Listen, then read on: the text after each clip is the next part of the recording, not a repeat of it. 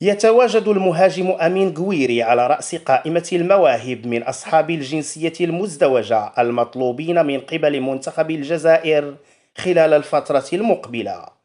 وخطف المهاجم صاحب 23 عاما الأضواء مع ناديه رين الفرنسي خلال الموسم الحالي، إذ سجل 13 هدفا وأهدى 5 تمريرات حاسمة خلال 41 مباراة شارك فيها.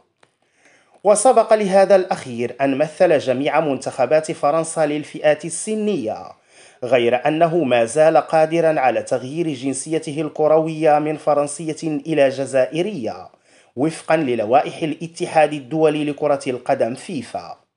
وفي تصريحات صادمة أدلى بها لموقع فوت ميركاتو الفرنسي، كشف مصدر مقرب من أمين جويري أن الأخير لا يفكر في حمل قميص منتخب الجزائر في الفترة الحالية، وأن تركيزه منصب بشكل كامل على نهائيات بطولة يورو الشباب مع منتخب الديوك الفرنسية التي تحتضن رومانيا وجورجيا نهائيات النسخة رقم 24 من هذه المسابقة، وهي المسابقة الأبرز في أوروبا لفئة تحت 21 عاما خلال الفترة الممتدة ما بين 21 يونيو و8 يوليو المقبلين.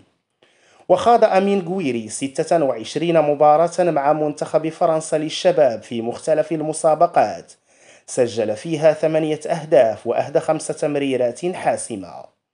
وكانت مصادر عدة قد كشفت في الفترة الأخيرة عن تواجد رغبة من قبل عدة لاعبين من أصحاب الجنسية المزدوجة أو الثلاثية في مغادرة مختلف منتخبات فرنسا للفئات السنية بسبب التضييقات التي تعرضوا لها من قبل مدربيهم في شهر رمضان الماضي. وكان أمين جويري قد بدأ مسيرته الكروية في الدوري الفرنسي عبر بوابة نادي ليون قبل أن ينتقل عام 2020 لنيس وبعدها بعامين لرين. وشارك في 111 مباراة ضمن الدوري الفرنسي، سجل خلالها 33 هدفا بجانب إهدائه 21 تمريرة حاسمة. وتبلغ القيمة السوقية للاعب حاليا مبلغ 35 مليون يورو، بتراجع قدره 15 مليون يورو مقارنة بما كانت عليه عام 2022. ويرتبط اللاعب بعقد مع رين حتى عام 2027، غير أن إمكانية رحيله في أعقاب الموسم الحالي تظل واردة.